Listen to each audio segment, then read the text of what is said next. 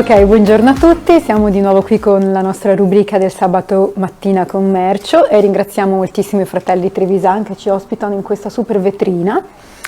Mestre Via vi dà il buongiorno e vi presenta il nostro ospite Andrea Chiappa. Buongiorno, ciao Marzia. Mestrino, si può dire? Sì. Mestrino. Io non rubo tantissimo spazio, dico solo che lui si divide in molte località perché è fortunato. Ha investito a Zanzibar, ha aperto ben 2 resort, prima il Kono Kono, giusto? Sì. E poi il The Sands. E poi la Mani. E poi 3 sono? Sì, sono 3. Ah, ecco, ero rimasta, no, il terzo sì, me lo ricordo. Il terzo abbiamo perché... aperto a luglio. Sì. A luglio. E che poi, dopo ti farò anche una domanda, perché insomma a luglio in un periodo del genere non è proprio da tutti. Però possiamo dire che gestisci anche il Bistro Feltrinelli, Sì, da 15 anni ormai. Da 15 anni del centro Le Barche, anzi è stato uno dei primissimi diciamo che ha provato questa formula, che tra l'altro è bellissima, e poi adesso ha un nuovo progetto del quale in realtà io ti chiedo subito, che è quello insomma di far rinascere un hotel molto vecchio, no? Uno dei più insomma dei storico signor hotel di Mestre. Ecco, vai pure, raccontaci. Ma allora, Ambasciatori è l'albergo di famiglia, lo costruì mio padre assieme a dei soci nel 1964. Aspetta. Mio padre è mancato nel 94, quindi io ho cominciato a lavorarci lì attivamente nel 95. Praticamente ci sono nato e ci ho sempre vissuto. Tutto è nato da lì, diciamo. Tutto è nato da lì, sì. Poi nel 2008 arriva una crisi abbastanza importante, io nel frattempo mi ero spostato con degli investimenti a Venezia, avevo aperto 2 alberghi a Venezia. Nel 2011 una scelta di famiglia, diciamo, con mio fratello e mia mamma è quello di affittare l'Ambasciatori, e io parto per Zanzibar e comincio a seguire il cantiere del primo resort. Quindi diciamo avevamo fatto una scelta di vita praticamente nel dare via quello che era l'albergo di famiglia. Col Covid poi l'immobile ci è stato restituito, a quel punto... Quando è che è stato restituito? Nel 2020. Nel 2020. A quel punto si sono aperte, anche se c'erano già delle avvisaglie, quindi da qualche mese comunque stavo già pensando il piano B. Perché c'era stata l'acqua granda, vero? C'era stata l'acqua granda, c'è stato il Covid, tutta una serie di cose che effettivamente Mestre, poi 4.000 posti letto in più negli ultimi anni con gli alberghi di Via Marcello, una situazione molto difficile, un mercato molto competitivo, molto complesso. A quel punto, con le chiavi in mano, abbiamo cominciato a ragionare, ho cominciato a pensare che cosa fare.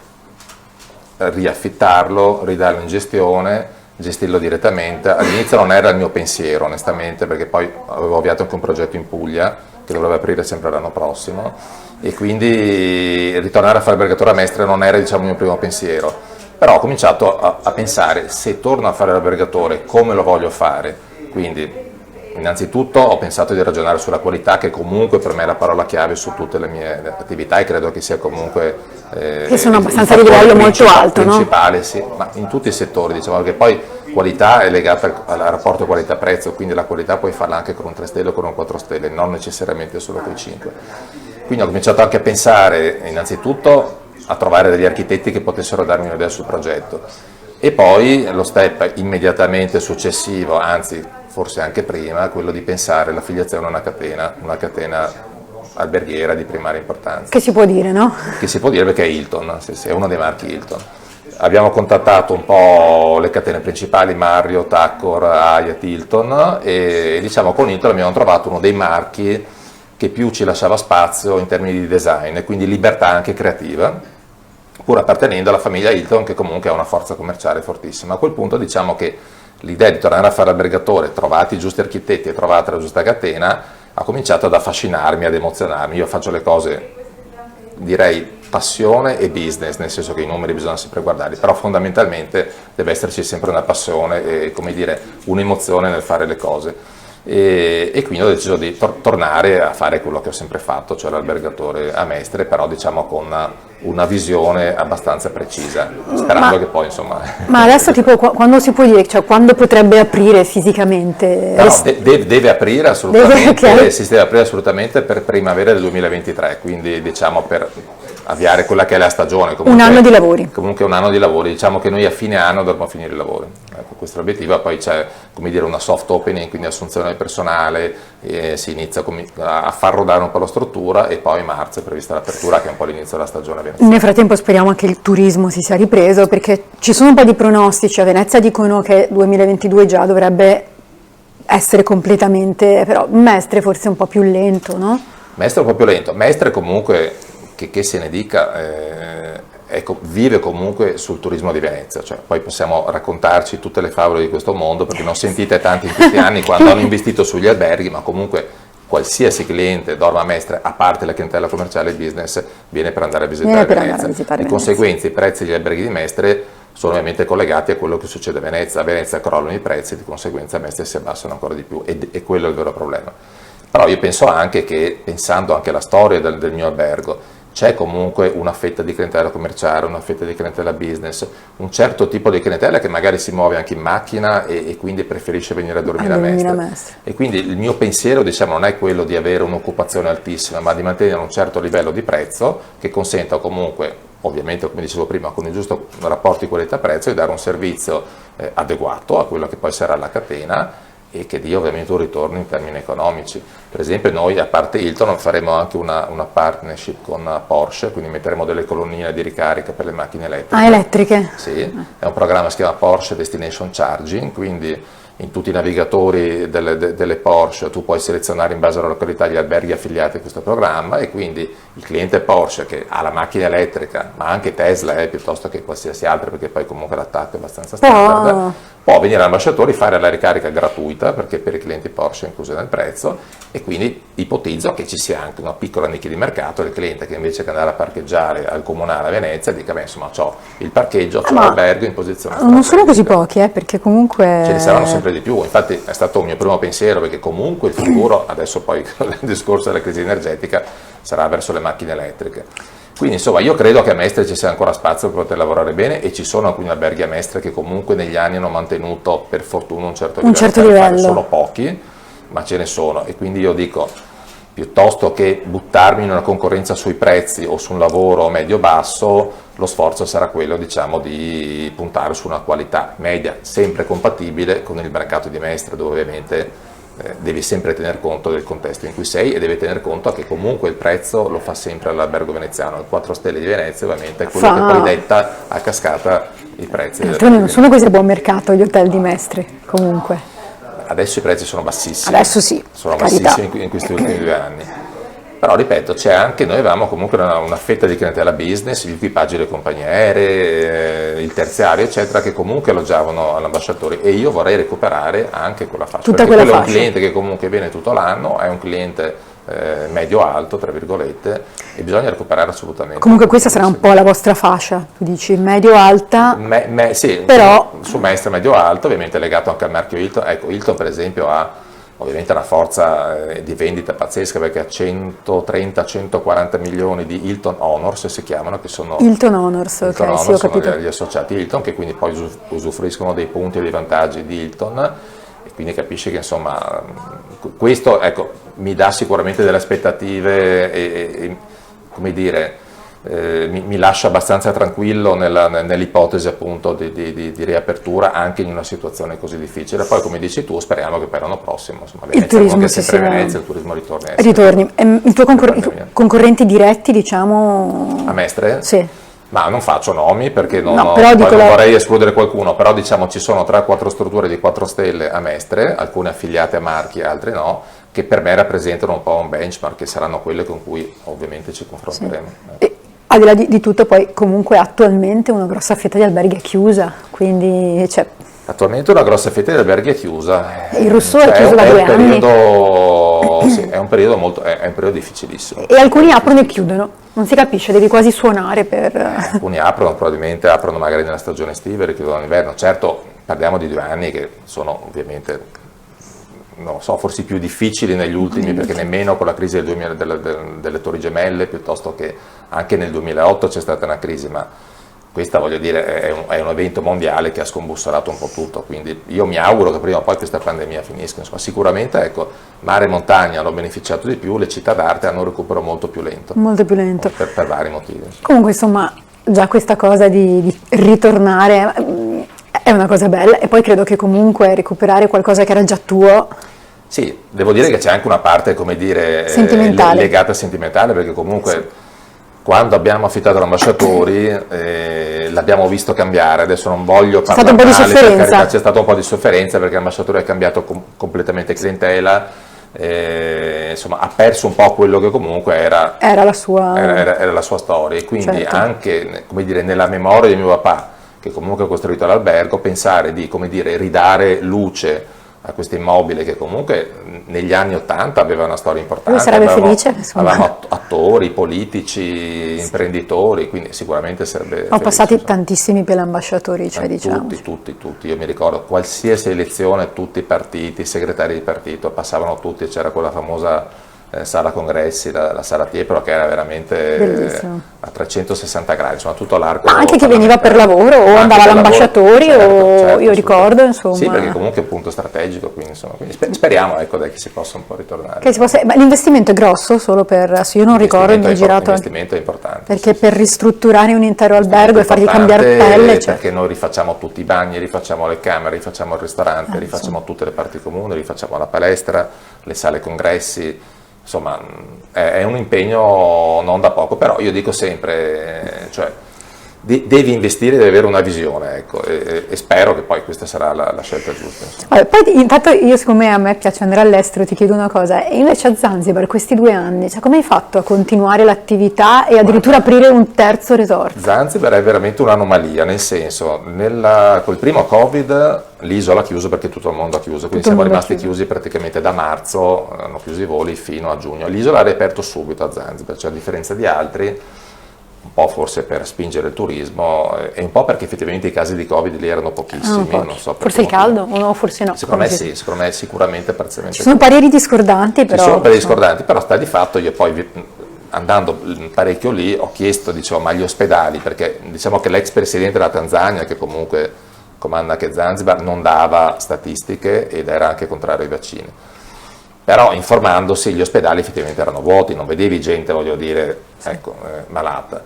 Quindi abbiamo avuto il 2020 di grossissima sofferenza, poi a novembre si è aperto il mercato russo, non so per che motivo, ma la Russia ha deciso di andare su Zanzibar in maniera pesante, quindi da dicembre 2020 fino a marzo c'erano 7 charter alla settimana che volavano su Zanzibar. Zanzibar era strapiena. Con ovviamente pro e contro, perché è un mercato russo che ha ovviamente diversi tipi di aspetti qualitativi, gente che spesso non era abituata a viaggiare, non conosce le tradizioni del luogo, quindi comunque Zanzibar... Hanno riempito anche il Mar Rosso oltre a Zanzibar. Hanno riempito anche il Mar Rosso, sì. Quindi diciamo noi ci siamo veramente salvati, poi i russi sono spariti di nuovo a marzo 2021, ma abbiamo avuto praticamente tutto il resto del mondo che viaggiava, quindi per dare un esempio il 2021 per me è stato l'anno migliore di sempre a Zanzibar, io sono lì dal 2012. Quando qui c'era la pandemia, ed è una cosa abbastanza inspiegabile, perché dici, cioè Venezia è vuota e Zanzibar era piena, non lo so per che motivo, anche soggiorni molto lunghi, paesi dell'est, un po' tutto il mondo, tutta l'Europa, ad eccezione dell'Italia, perché il nostro caro ministro Speranza vietava praticamente i viaggi oltre alla comunità europea, tutti a Zanzibar, mentre tutti gli europei, inglesi, francesi, tedeschi, austriaci, tedeschi, venivano tranquillamente a Zanzibar. Adesso è stato tolto il vincolo anche per l'Italia, quindi ricominceremo con gli italiani. Ritornate. Sì, perché comunque il mercato italiano costituisce il 15-20% del turismo di Zanzibar. Negli anni, 20 anni fa addirittura era il 50%, perché i primi villaggi all inclusive erano tutti italiani. Per fortuna questa percentuale è scesa, perché ovviamente legarti troppo al mercato poi può essere complicato quando succede qualcosa del genere. Però ripeto, a Zanzibar, a parte quei 6 mesi lì, noi la crisi non l'abbiamo vista. Non riesco a capire bene le ragioni, per fortuna è andata così. Ecco, quindi, si può, c'è un modo. E quindi ho deciso di investire, è una piccola struttura però molto carina di 14 camere che sta andando molto bene. Che è sempre nella zona? È sempre nella zona sud, che è una zona ancora diciamo meno sfruttata turisticamente, con strutture medio-piccole, per cui a me piace molto. Gli italiani di solito andavano a nord, invece... Gli italiani conoscevano soprattutto Nunghi, che è la parte a nord, che adesso diciamo un po' la Rimini di Zanzibar. A sud, per fortuna, ci sono tutte strutture medio-piccole, quindi anche rispetto al Mar Rosso, rispetto a altre destinazioni caraibiche, parliamo di 25, 30, 40 camere, quindi comunque una dimensione dove comunque il cliente, voglio dire, è ancora trattato come una persona e non come un numero. Che poi spiagge chilometriche. spiagge chilometriche, tu da noi fai delle passeggiate, la spiaggia è infinita praticamente, sono non so 15-20 km. Perché quando io sono triste guardo cosa posta lui, poi vado sugli hotel e dico vabbè. No, devo dire, a me Zanzibar piace molto, poi ci sono tantissime località di mare stupende, Zanzibar diciamo ha anche la fortuna di poter abbinare la vacanza mare a delle escursioni e ai safari in Tanzania. La Tanzania ha i parchi più belli del mondo, quindi parte della nostra clientela arriva dal safari e poi fa entrambe le cose. Sì, sì. E quindi, ma adesso ci sono voli, sono ritornati tutti i voli per Zanzibar? O? Allora, adesso con la novità che l'Italia può tornare a viaggiare a Zanzibar, Alpi Tour, che è proprietario della compagnia Neos, che è quella che gestisce il charter per Zanzibar, riprende da luglio. Però ci sono voli di linea, cioè KLM, Air France, Qatar, Emirates, che facendo i vari scali comunque viaggiano. Si va per dare io per esempio vado direttamente a Zanzibar. Direttamente? Sì, io faccio Venezia-Amsterdam e poi Amsterdam-Zanzibar, c'è un volo praticamente 3-4 volte a settimana. KLM, da Venezia? Sì, da Venezia, c'è anche Lufthansa via Francoforte, c'è Air France via Parigi, Ethiopian Airlines via Roma, Qatar, insomma ci sono tutte e questo devo dire che adesso ha aperto finalmente l'aeroporto nuovo di Zanzibar, perché devo dire, non so se tu ricordi. Io ricordo che era la disperazione di tutti quelli che andavano a Zanzibar. Perché ti compromette un po' la vacanza, soprattutto per un cliente che viaggia su un 5 Stelle o un anziano comunque, anche un anziano che sta lì ore ad aspettare fuori. Adesso c'è un aeroporto, un vero aeroporto. Devo dire che finalmente dopo anni e anni c'è un aeroporto che si può definire tale. Ma il vecchio cosa ne hanno fatto? Diciamo rimane per i voli nazionali, per domestic flights. Va bene, comunque ascolta, se vuoi, hai detto solo un goccio su Mestre, sì. Centro le Barche. Centro le Barche, guarda, allora noi 15 anni fa con Feltrinelli siamo stati il progetto pilota il primo bistrò all'interno delle librerie Feltrinelli, è stato appunto il primo in Italia, poi dopo ne hanno aperti diversi. Siamo gli unici che continuano a gestirlo, perché tutti gli altri sono gestiti direttamente da una società di Feltrinelli. Qui a Mestre invece sono esatto, qui a Mestre ci sono io e c'è lui, nessuno lo sa, ma molti magari sì, alcuni no, c'è lui. Purtroppo il centro alle barche in questi ultimi 2 anni sta soffrendo una crisi molto forte, perché i grossi negozi sono andati via. Stiamo aspettando di capire che cosa succederà, perché è un momento molto difficile, è molto difficile, perché c'è stata la pandemia, ci sono stati i platatici, nuovi locali a Mestre, ma fondamentalmente questo centro che ha perso negli anni tantissimi spazi che sono rimasti vuoti, ha perso di attrattiva, è un centro commerciale difficile, perché rispetto ai centri commerciali che conosciamo, che si sviluppano in orizzontale, questo si sviluppa in altezza. Quindi vuol dire prendere degli ascensori che sono lenti, delle scale mobili che spesso sono rotte. Io mi auguro che la proprietà del centro si decida a fare un investimento serio. Anche perché voglio dire, è un patrimonio, per i mestrini quello è il centro le barche, è il centro le barche, solo per i mestrini, per i bengalesi sono tutti lì molto la domenica, però voglio dire, lo sentono come casa loro. No, lo so. Io mi auguro che succeda qualcosa, che succeda in fretta, perché onestamente bisogna fare presto. In questo momento non è un'attività che per me produce reddito. Sì. Ci sono affezionati ovviamente, come tutte le cose che faccio, però speriamo. Anche perché se tutto riapre questa cosa arriva velocemente, poi bisogna essere insomma pronti, no? Sì, ma noi siamo lì, voglio dire, siamo dietro il banco che aspettiamo, ma vedremo. Vedrete. Ascolta, invece l'ultima cosa, Sud Italia, dicevi che... Sud Italia è un progetto bellissimo, anche questo è nato un po' per caso, perché avevo accompagnato degli amici, io non conoscevo la Puglia fino a 3 anni fa, e con 2 soci pugliesi, con i quali siamo diventati poi amici, abbiamo comprato questa masseria praticamente diroccata, però una masseria del 1500 con una torre, una masseria fortificata con un terreno molto grande. In che zona? È tra Porto Cesareo e Nardò, diciamo in linea d'aria a 2 km dalla spiaggia di Porto Cesareo, che è una spiaggia caraibica stupenda. La masseria è molto bella, c'è un progetto di restauro molto importante, molto affascinante. Apriremo un 5 Stelle e dovremo aprire, spero, anche quello in primavera, estate 2023. Quindi insomma sono già 5 gli hotel. Sono già 5, devo dire che questo della Puglia è un progetto molto bello, perché giusto per farti un esempio, tutta la parte praticamente crollata viene ricostruita con le stesse tecniche del tempo, sono tutte volte volte a stella pugliesi, e tutte queste volte in pietra leccese vengono costruite con la tecnica che si usava centinaia di anni fa. Ci sono delle centine in legno, che sono questi archetti in legno, che vengono appoggiati, e le pietre vengono appoggiate il colore giallo delle pietre, il colore giallo, e poi queste volte stanno in piedi. Io sono rimasto veramente stupito anche dagli artigiani che stanno lavorando, perché c'è anche un recupero, tutte le pietre crollate vengono pulite manualmente, vengono restaurate, vengono dove è possibile riutilizzate, e dove non è possibile ovviamente si compra la stessa pietra. Però devo dire, è molto molto bello vedere questa struttura che praticamente era quasi crollata, vedere rinascere, quindi quello è molto emozionante, devo dire. Bellissimo progetto. Quindi tu che sei del campo, questa cosa che a Venezia ci sono un sacco di strutture in vendita, di hotel, come la vedi? Sì, allora Venezia ha due aspetti: il 50% di alberghi sono di proprietà, e quindi è chiaro che chi è proprietario dei muri ha sicuramente una tranquillità economica. L'altro 50% è in affitto d'azienda. Venezia ha comunque degli affitti altissimi, dei costi di gestione che comunque sono importanti, e quindi non è che questa cosa mi stupisca più di tanto. E comunque, anche guardando, seguendo un po' il mercato immobiliare, non è che i prezzi sono crollati, cioè comunque il mercato di Venezia tiene. Però è ovvio che se tu ti ritrovi in albergo dove pagavi un affitto già alto prima della pandemia e non hai, come dire, le spalle coperte, va da sé che poi a un certo punto devi decidere cosa fare. È meglio comunque a Mestre, no? Oddio, se io fossi nato con un albergo a Venezia, veramente, insomma, forse non l'avrei neanche mai mollato.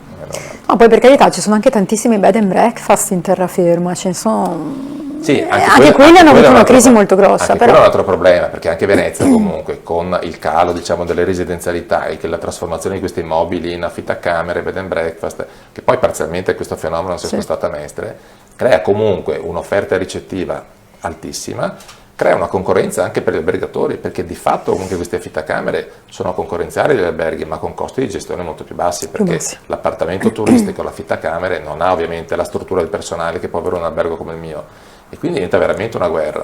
Io mi auguro che comunque Venezia ripunti sulla residenzialità e quindi diminuisca questo fenomeno di queste affittacamere, in maniera che la gente ci torni a vivere e che si riequilibri un po' questo fenomeno, perché attualmente secondo me c'è un eccesso di offerta ricettiva. Adesso io non so col progetto della stazione se in quelle due torri vorranno fare altri due alberghi, però mi chiedo anche lì quale sia la visione strategica, cioè da una parte va benissimo riqualificare via Camarcello la stazione, ma fare 4.000, 5.000 o 6.000 posti letto e poi dire a Venezia fermiamo i cambi di destinazione d'uso perché ci sono troppi alberghi. Non ha molto senso. Ma è ipocrita, è un paradosso, cioè come fai a dire no, a Mestre ci sono troppi alberghi, fermiamo queste cose, e poi a Mestre costruisce queste strutture da 200-300 camere che poi vanno tutti a Venezia, perché è inutile che giriamo. È un cane che si mangia la coda. Che si mangia la coda. C'è chi dice no, lo facciamo per il turismo di Mestre. Il turismo di Mestre, mi spiace dirlo, ma io insomma sono stato anche presidente del albergatore di Mestre per tanti anni. Il turismo di Mestre non esiste. Mestre ha sicuramente una posizione strategica che può essere importante per visitare tutto l'entroterra mestrino, ma il riferimento è sempre a Venezia, perché a Mestre che cosa possiamo dire?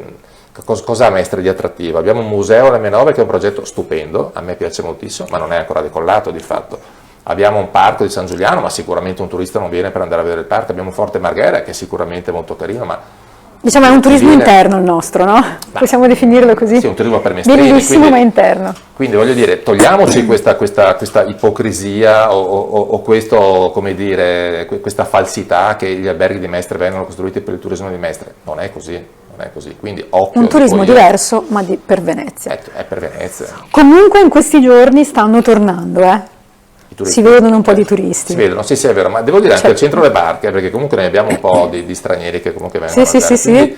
Vedi un po' e senti un po' parlare di stranieri. Io li vedo in piazza, insomma, li vedo in bici, li vedo in giro, cioè. No, questo è un buon segnale. Io credo che la stagione estiva adesso per Venezia dovrebbe andare sicuramente meglio. Speriamo, perché di fatto da appunto quel che sento, insomma, ci sono buone sensazioni. Tornano i turisti, ma ci sono alcuni alberghi chiusi, tanti alberghi chiusi, quindi speriamo che insomma che problemi ci siano dietro. Ogni albergo poi ha la sua storia, quindi è un po' diciamo che dopo 2 anni è difficile, sono delle macchine notevoli da rimettere in moto, no? E quando le metti in moto poi e le tieni aperte, i costi corrono, cioè tu pensa quindi solo alle bollette, cioè le bollette sono il doppio, le bollette energetiche, no? Cioè tu apri un albergo con 100 camere, lo devi riscaldare o lo devi rinfrescare d'estate. Questo è un aspetto per esempio che insomma non è da poco. No. il personale e quant'altro. E poi se lasci un albergo chiuso 2 anni, viva Dio, cioè, poi non è che lo riapri così, io non so il rossotto, ma voglio dire, chiuso da 2 anni, addirittura uno passa e vede sulle finestre ci sono i materassi, sì, perché probabilmente entravano degli spifferi. Magari dovranno ristrutturarlo, non lo so. Cioè, può darsi, fa un po' impressione, diciamo, no? Cioè, perché comunque anche quello era, di fatto gli altri ne hanno guadagnato, quelli aperti, certo. però... Va bene, quindi insomma, progetti ci sono. Progetti ci sono, la voglia di fare c'è, speriamo che poi insomma ci siano anche i risultati. No, ma sicuramente. Va bene, allora noi ringraziamo Andrea Chiappa, speriamo che anche il Centro Le Barche riparta, perché voglio dire, noi ci siamo affezionati, giusto? E poi quando aprirà il nuovo Ambasciatori, il nome sarà lo stesso? Sarà lo stesso, no, su quello ci tengo moltissimo, perché insomma c'è come ti dicevo una storia di famiglia importante, il nome rimarrà lo stesso. Quando aprirà noi seguiremo i lavori, quando partono? Guarda, tra 2 o 3 settimane. Ecco, quando aprirà andremo a spiare e poi magari ti rinviteremo qui. Volentieri. O ci vedremo per l'inaugurazione. Nel frattempo io vado sicuramente a Zanzibar, perché lo continuo a dire. E quindi ringraziamo Andrea Chiappa, ringraziamo i fratelli Trevisan che ci ospitano. E vi diamo appuntamento in realtà fra 2 settimane con la rubrica Commercio di Mestre Mia. Grazie a tutti. Grazie.